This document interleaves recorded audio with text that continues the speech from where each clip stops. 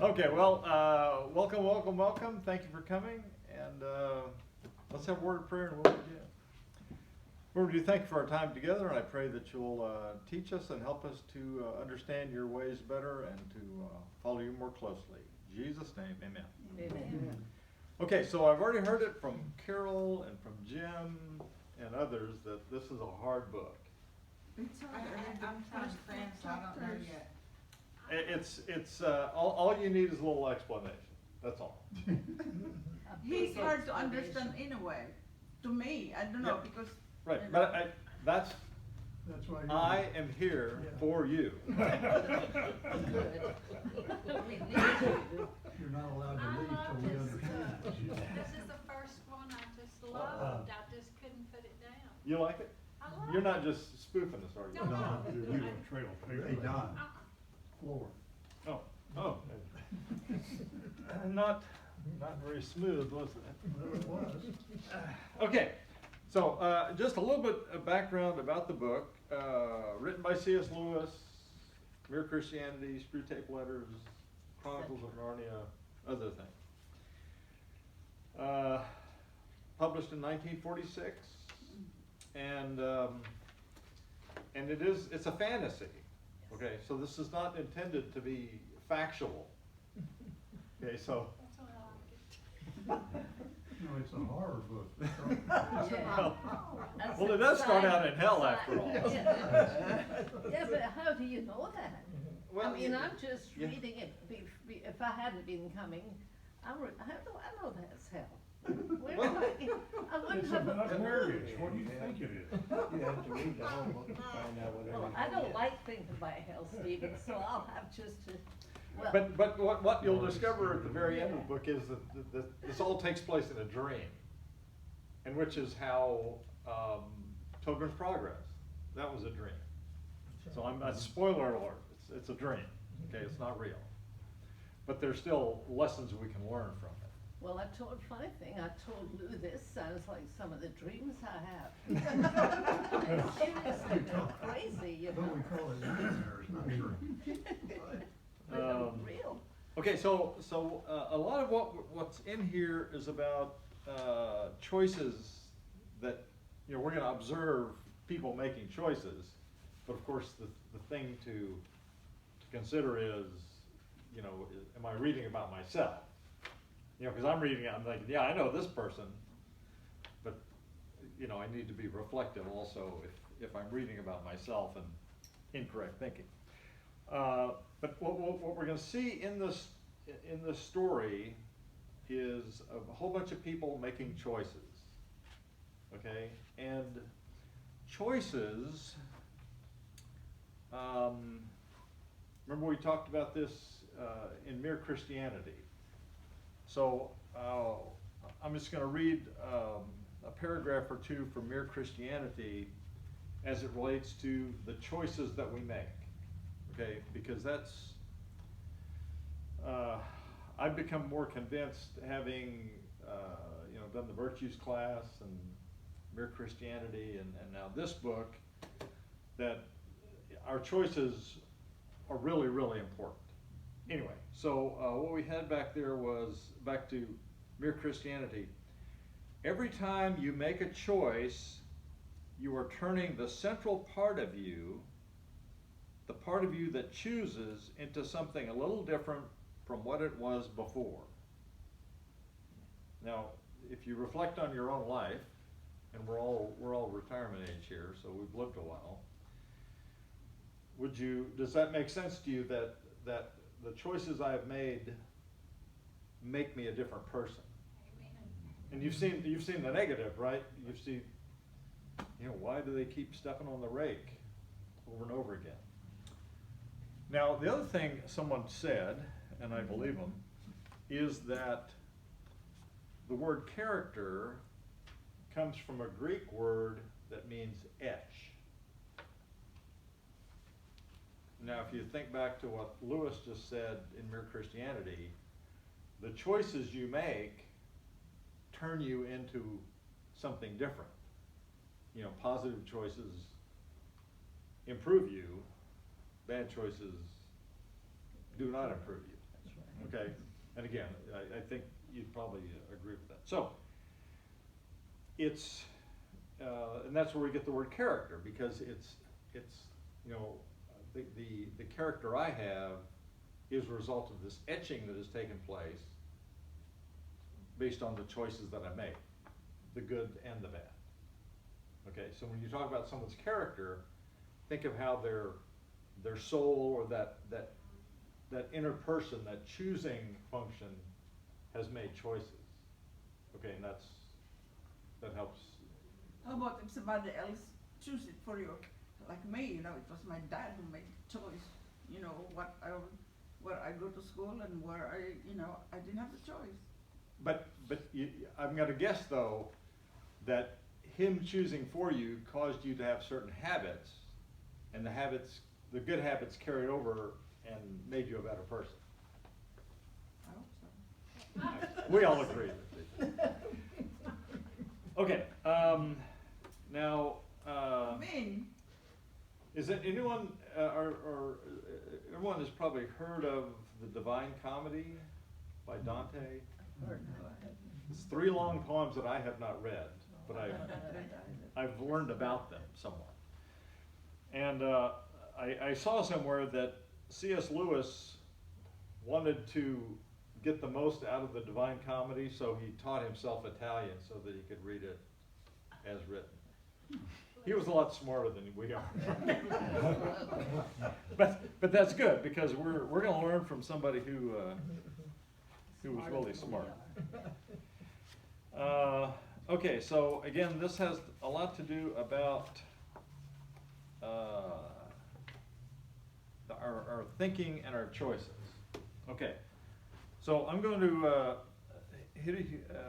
okay, just another thing. I think we can march through this in about 8 weeks. We're traveling for a couple of weeks in June, so this will probably go all the way through June, and hopefully not too much longer. How many chapters do you say you do every week? We're going to do about 20 pages a week. 20 pages different. Yeah, so we're starting with the preface. So one of the things he says in the preface is, mere development or adjustment or refinement will somehow turn evil into good. And now that's if you think about modern culture, you kind of see this, right? That there are people who think that evil can turn into good, or they misdefine good,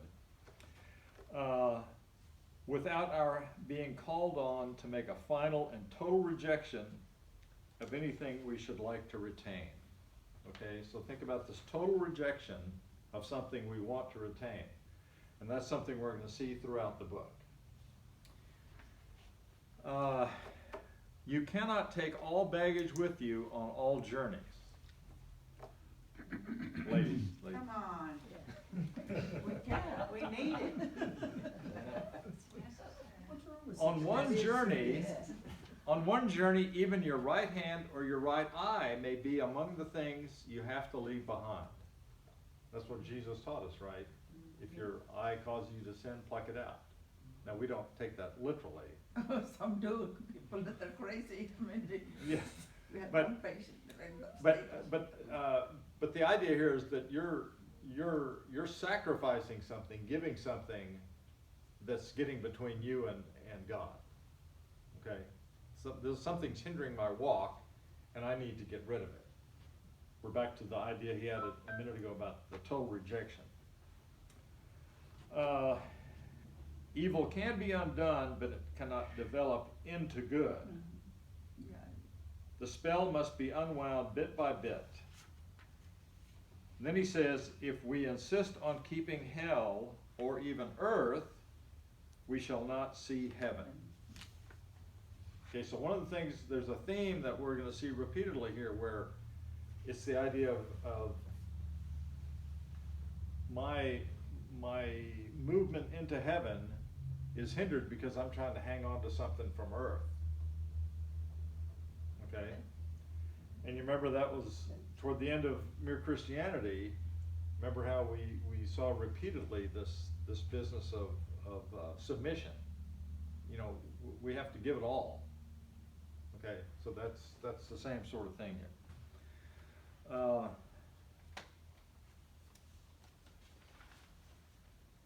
And then he, at the very end of the preface, he says, "This is a fantasy. It has, of course, a moral, but the transmortal conditions are solely imaginative." Okay, so he's going to talk about the chapter 1 is in hell, and then they move up to the outskirts of heaven, but his intent is not to say that this is what hell and heaven are like. Good thing.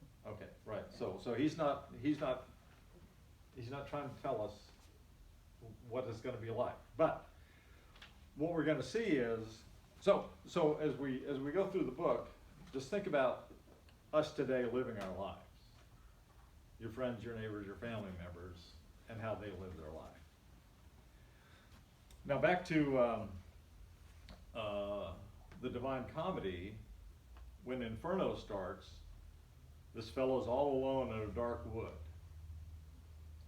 That Dante kind of writes it in the first person, and so we're going to see that in chapter 1 of this guy in a dark place. Now, in the Divine Comedy, Dante's love, Beatrice, was in heaven, and so somehow she caused Dante to take this long journey that he did. But Beatrice is this beautiful woman that, you know, he idolized, etc. And we're going to have a woman like that in the Great Divorce. So I think Lewis did borrow quite a bit from people like Dante when he put this together. Okay, I'm going to kind of read most of chapter 1 real quick. I'm sorry, can I have one? Oh, yes. Real quick? At the very end here, he says that it is, of course, or I intended to have a moral. Mm-hmm. I intended in this story to have a moral of some Right. sort. But the transmortal conditions are solely an imaginative supposal. They are not even a guess or a speculation at what might actually await us. Right. And the last thing I wish is to arouse factual curiosity about the details of the afterworld. Right. So if it's meant, if he says, I intend it to have some moral, and yet on the other hand, I don't want it to intend to have any actual. Well, the moral is that there's something we're going to benefit from in our daily lives. Mm-hmm. That's the moral of the story. Sort of like Aesop's fables. Mm-hmm. But his descriptions of hell and heaven are not intended to be predictions or accurate. They're simply a way to set a stage for these conversations to take place. I guess my question is, what is his purpose then? What is overall purpose then? Again, I take it as what we're going to see is these souls will come up from hell, and they're going to visit the outskirts of heaven.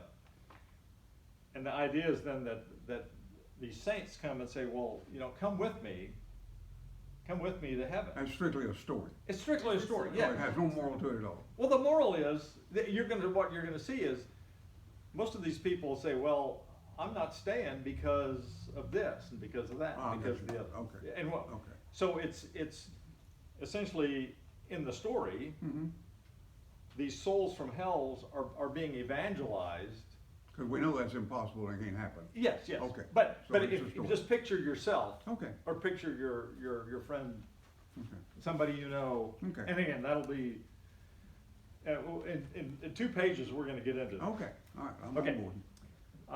I seem to be standing in a busy queue, and that's how over in the UK they say Line. a line.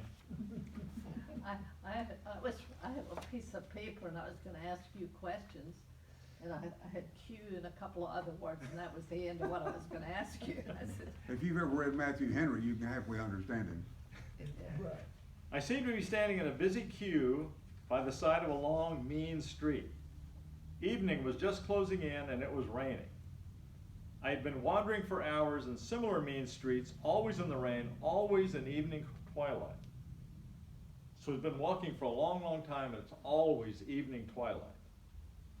Time seemed to have paused on that dismal moment when only a few shops have lit up, and it is not yet dark enough for their windows to look cheering. And just as the evening never advanced tonight, so my walking never brought me to the better parts of the town. It's all dismal. All It's dismal. all the same. However far I went, I found only dingy lodging houses, small tobacconists, hoardings from which posters hung in rags, windowless warehouses, good stations without trains, and bookshops of the sort that sell the works of Aristotle. I never met anyone. But for the little crowd at the bus stop, the whole town seemed to be empty. I think that is why I attached myself to the queue. So he just discovers himself in this gray town where it's always raining and it's not quite dark yet. And the lights haven't quite come on. So yes, it's Pretty dismal. very dismal, very depressing. I had a stroke of luck right away. For just as I took my stand, a little waspish woman, What's waspish? Small, White. tiny, tiny, a little lady, about like you, Rowena. I mean, a tiny little. Slight, bent over.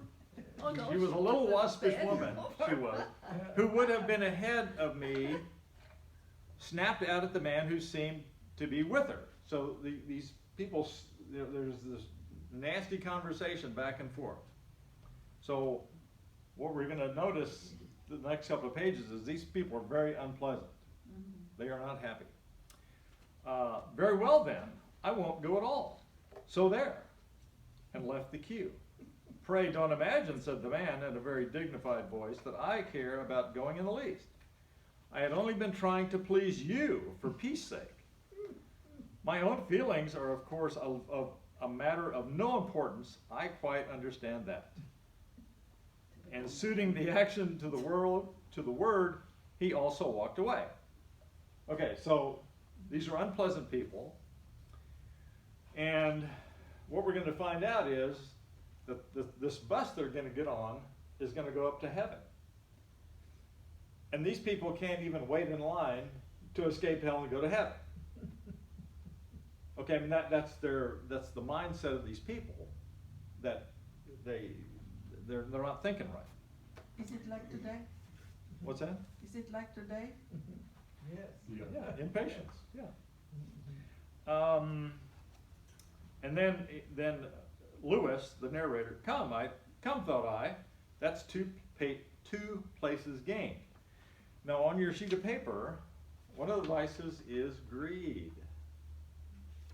Okay? So the first thing he's happy about is that he got to advance Gained a two couple places. spots. Mhm. Yeah. And it's just a line for a bus, but it's important to him that he jumps ahead 2 Well, spaces. if you're heading to heaven, you want a couple spots to get it. Where did he say he was going to heaven? I'm just telling you that's. In advance. I've read ahead. It's spoiler alert. Okay. Spoiler alert. Spoiler alert. He knows This where the is- bus is So headed. basically, we're just in line in a dreary place with greedy people. Okay, go ahead. There you go. That's That's you're up to speed. I The was kind of now people you meet in hell. yeah. I was now next to a very short man with a scowl who glanced at me with an expression of extreme disfavor and observed rather unnecessarily loudly to the man beyond him, "This sort of thing really makes one think twice about going at all." "What sort of thing?" growled the other, a big beefy person. Big beefy person, that implies that he's a glutton. That's on your list. "Well," said the short man, "this is hardly the sort of society I'm used to, as a matter of fact." A little bit of pride. Pride, that's right. Years I spent in vanity and pride. perfect. Huh, said the big man, and then added with a glance at me, "Don't you stand any sauce from him, mister. You're not afraid of him, are you?" Then, seeing I made no move, he rounded suddenly on the short man and said, "Not good enough for you, aren't we? Like your lip." Next moment, he had fetched the short man one on the side of the face. Now, that means he smote him on the side of the face. That sent him sprawling into the gutter. Okay, also you will see on your list, wrath. Okay, one of the 7 deadly sins. I see judgmental too. That's not on the list. We're calling him short man, we're calling him big man, we're calling him beefy person. Well, these are just, Judgmental. this is from just descriptive. Somebody's perspective. Descriptive language. Let him lay, said the big man, to no one in particular. I'm a plain man, that's what I am, and I got to have my rights. Now, we're gonna meet this guy later on. Self-righteous. Yeah, very self-righteous. As the short man showed no disposition to rejoin the queue and soon began limping away, I closed up rather cautiously behind the big man and congratulated myself on having gained yet another step. Okay, in this case, he didn't earn this, it just came to him, and he celebrates that. So that's kind of like sloth, right? I'm getting something for nothing. A moment later, 2 young people in front of him also left arm in arm. I don't know how to turn my phone off. They were both so trousered, slender, giggly and falsetto that I could not be sure of the sex of neither, but it was clear that each, for the moment, preferred the other to the chance of a place on the bus. That's in today's era. That was Okay. what I said. Well, that's lust, right? Yeah. They're more interested in each other than going to heaven. But they don't know they're going to heaven. It's their Is the choice. bus going to hell or heaven? Yeah. I forgot. Do they even know they're in hell? Well, just be patient. You'll Well, learn you more still about this. You keep referring to heaven and hell, but yet He's we read haven't. ahead. I'm hoping this makes sense This is as really, we go. really Buy good, the book. y'all. All right. It is really good. We shall never all get in, said a female voice with a whine in it from 4 places ahead of me. Change places with you for 5 bob, lady, What's said 5 some. bob? 5 shillings. Yeah. British currency, Okay. like $5. Okay. I heard the clink of money and then a scream in the female voice mixed with roars of laughter from the rest of the crowd. The cheated woman leaped out of her place to fly at the man who had bilked her, but the others immediately closed up and flung her out. So here's greed.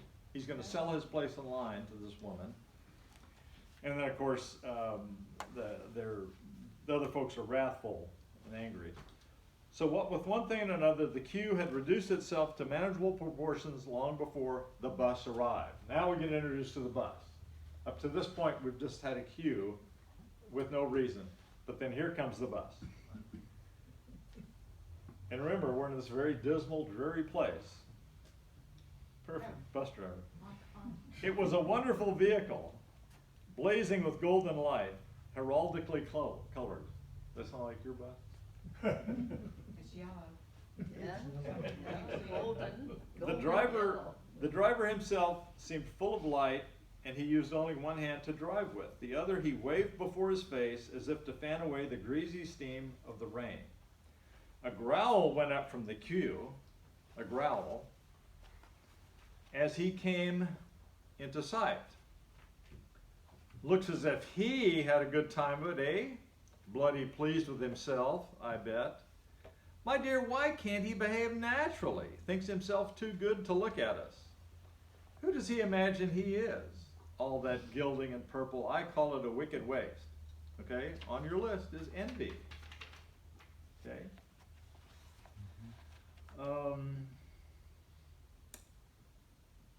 Why don't they spend some of the money on their house property down here? God, I'd like to give him one in the ear hole. I could see nothing of the countenance of the driver to justify all this, unless it were that he had a look of authority and seemed intent on carrying out his job. So it's a real contrast, this bus driver, who we will soon learn came from heaven. Okay, so he's a huge contrast to the misery of hell. My fellow passengers fought like hens to get on board the bus, though there was plenty of room for all of us, okay? In Screw Tape Letters, Lewis demonstrated that gluttony is not only overeating, it's just, I want my way.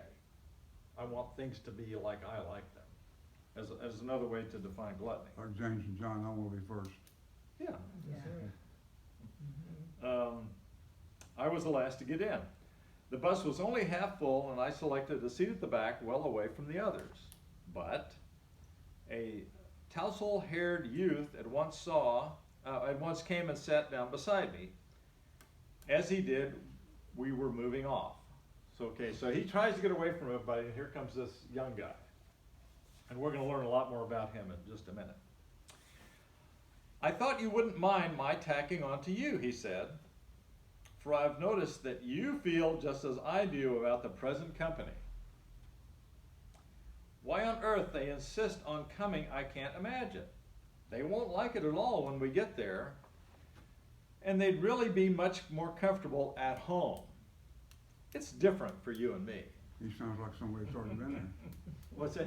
I said, he sounds like someone that's already been there. Well, that's implied here. But see how he sets himself above others? You know, it's just pride. Do they like this place, I asked? As much as they'd like anything, he answered. And now he's going to kind of give a laundry list of what's in this gray town. They've got cinemas and fish and chip shops and advertisements and all the sorts of things they want. That's worldliness, right? Mm-hmm. Just the things of the world. Mm-hmm. The appalling lack of any intellectual life doesn't worry them. I realized as soon as I got here that there'd been some mistake. I don't deserve hell. I ought to have taken the first bus, but I've fooled about trying to wake people up here. I found a few fellows I'd known before and tried to form a little circle, but they all seem to have sunk to the level of their surroundings. But I'm better than they are. Even before we came here, I'd have some doubts about, and he gets into some stuff about himself. Realizing with a shudder that when he was producing from his pocket a thick wad of typewritten pages, I muttered something about not having my spectacles. And he says, we've left the ground. So now the bus is not, it's flying. It was true. Several hundred feet below us, already half hidden in the rain and mist, the wet roofs of the town appeared, spreading without a break as far as the eye could reach. Okay, so this town just goes as far as he can see. Okay, that's chapter 1, and that rolls straight into chapter 2. I was not left long at the mercy of the tousle-headed poet, because another passenger interrupted our conversation. But before that happened, I had learned a good deal about him. Okay, so now we're going to learn about this young poet that has come and sat down beside Lewis. He appears to be a singularly ill-used man. Okay? He's a victim. See, we're going to learn that, this wasn't his fault. His parents had never appreciated him, and none of the five schools at which he had been educated seemed to have made any provision for a talent and temperament such as his. To make matters worse, he had been exactly the sort of boy in whose case the examination system works out with the maximum unfairness and absurdity. He went to his parents sent him to 5 different schools, and he can't make it at any of them because the system's rigged against this guy. Does this sound like typical millennial? Yeah. They can't take advantage of his mass talents. That's right. If only they could appreciate him. Mm-hmm. It was not until he reached the university that he began to recognize that all these injustices did not come by chance, but were the inevitable results of our economic system. Sure. Capitalism did not merely enslave the workers, it also vitiated taste and vulgarized intellect. Hence, our educational system And hence the lack of recognition for new genius. Okay? See, I am a genius and they just don't recognize it. See, he's completely full of himself. This discovery had made him a communist. But when the war came along and he saw Russia in alliance with the capitalist governments, he had found himself once more isolated and had to become a conscientious objector. Okay, so he won't just participate with everybody else and then he feels isolated. Well, he's isolated himself, but he's blind to it. The indignities he had suffered at this stage of his career, had he confessed, embittered him. He decided he could serve the cause best by going to America. But then America came into the war too. It was at this point that he suddenly saw Sweden as the home of a really new and radical art. But the various oppressors had given him no facilities for going to Sweden. There were money troubles. His father, who had never progressed beyond the most atrocious mental complacency and smugness of the Victorian epoch, was giving him a ludicrously inadequate allowance. So he's slothful and he's greedy. And he had been very badly treated by a girl. Poor thing. He had thought her a really civilized and adult personality, and then she had unexpectedly revealed that she was a mass of bourgeois prejudices and monogamic instincts. Jealousy, possessiveness was a quality he particularly disliked. See, he disliked jealousy in other people, but he's a complete slob. She had even shown herself at the end to be mean about money. Again, he wants a free ride. That was the last straw. He jumped under a train. If I was him, I would have too. So, Poor thing. so the world's out to get him, so he commits suicide. Okay. Jumped out of the bus under a train. No, this is before. Well, he saw absolutely, Yeah. he saw the system and everything he had experienced against him, that he had saw, even with his massive talents. That's the right. world was, yeah. So he's prideful, he's slothful, he's greedy. His family, his girlfriend, Yep. the circumstances of life, Yep. nothing lined up for him. Story of my life. Does Karl Marx like that? Even then, he continued. Ill luck had continued to dog him. So he'd been sent to the gray town. So he gets sent to hell, and he thinks it's because of bad luck. It's a mistake, huh? This is Finally so boiled funny. down badly. But you see how, the point is that, what's the point of the story? Well, in the story, Lewis tells us about defective thinking on the part of people. It's not bad luck, it's bad choices. Exactly, right. But of course it was a mistake. I would find, he assured me, that all the other passengers would be with me on the return journey, but he would not. He was going to stay there. And of course, I've done the spoiler alert. I'm telling you where there is, but if you were just reading this, you don't know what's Where going to come there next. is, He felt quite certain that he was going where at last his finally critical spirit would no longer be outraged by an uncongenial environment, where he would find recognition and appreciation. See, he thinks he deserves heaven. Yeah. Okay?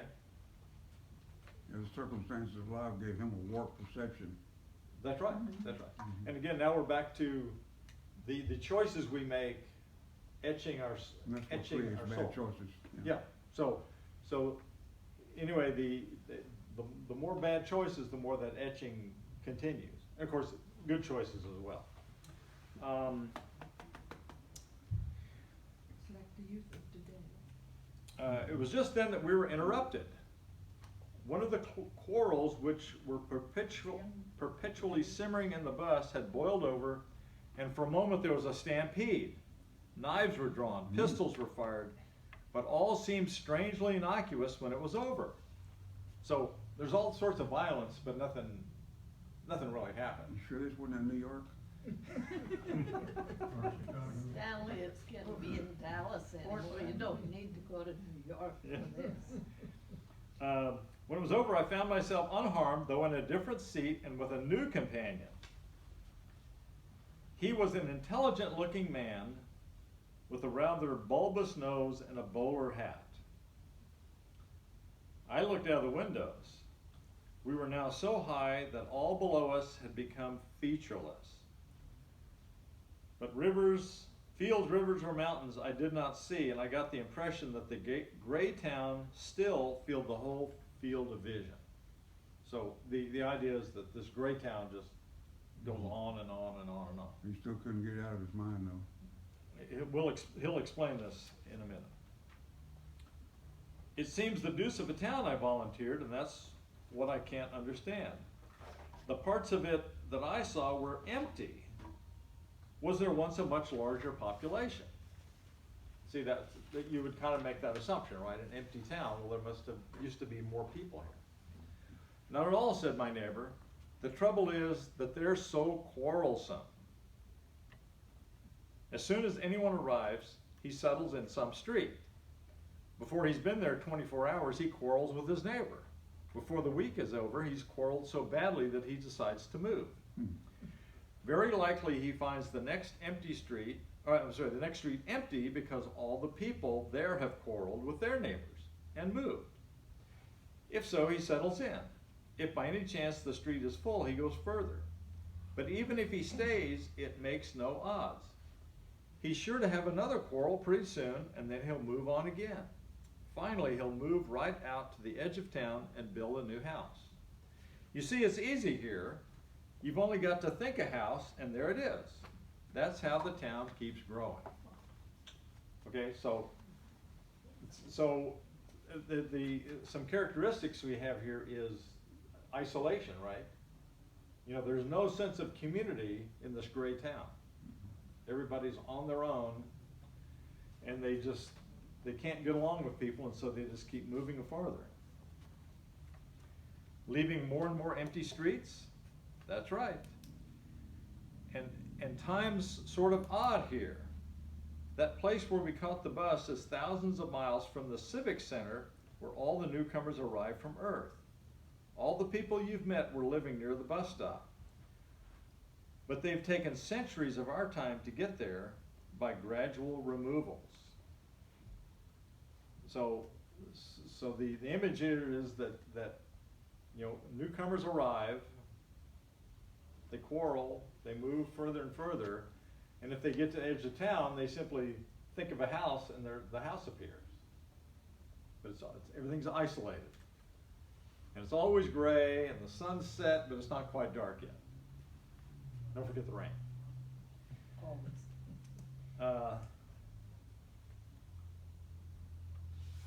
And what about the earlier arrivals? I mean, there must be people who came from Earth to your town even longer ago.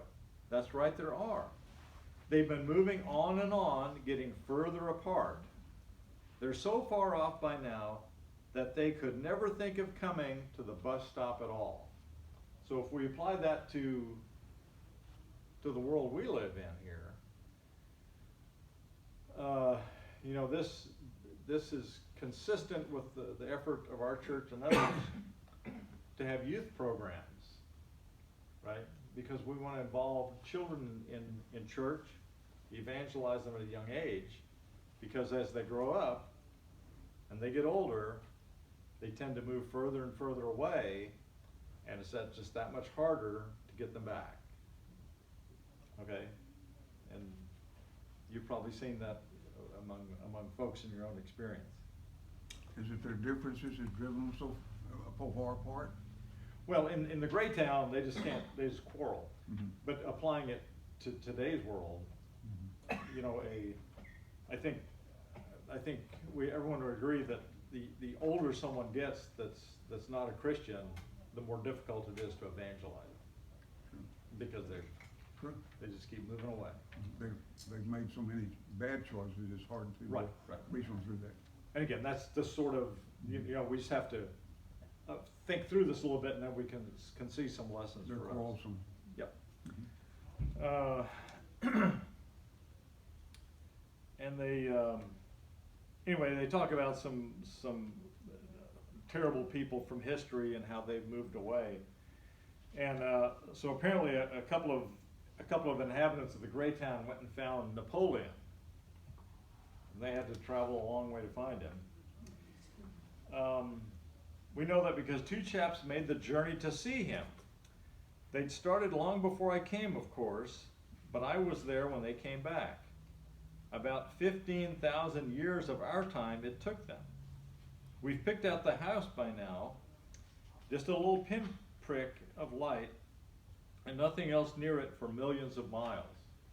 So Napoleon has gotten himself to a place where there's no one around him for a million miles. But they got there, that's right. He built himself a huge house, all in the Empire style, rows of windows flaming with light, though it only shows as a pinprick from where I live. Did they see Napoleon? That's right. They went up and looked through one of the windows. Napoleon was right there. What was he doing? Walking up and down all the time. Left, right, never stopping for a moment. The two chaps watched him for about a year, and he never rested. He muttered to himself all the time. It was Sout's fault. It was Ney's fault. It was Josephine's fault. It was the fault of the Russians. It was the fault of the English. Like that all the time. Never stopped for a moment. A little fat man, and he looked kind of tired, but he didn't seem able to stop. I've been doing it a long time. Right. So he's got an eternity of regret. That's right. Eternity of regret. That's it. Yeah. So there's kind of a glimpse of what hell would be like, Mm-hmm.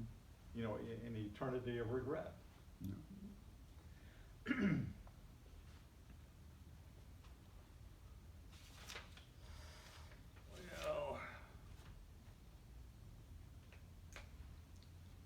Well, that's a good stopping point.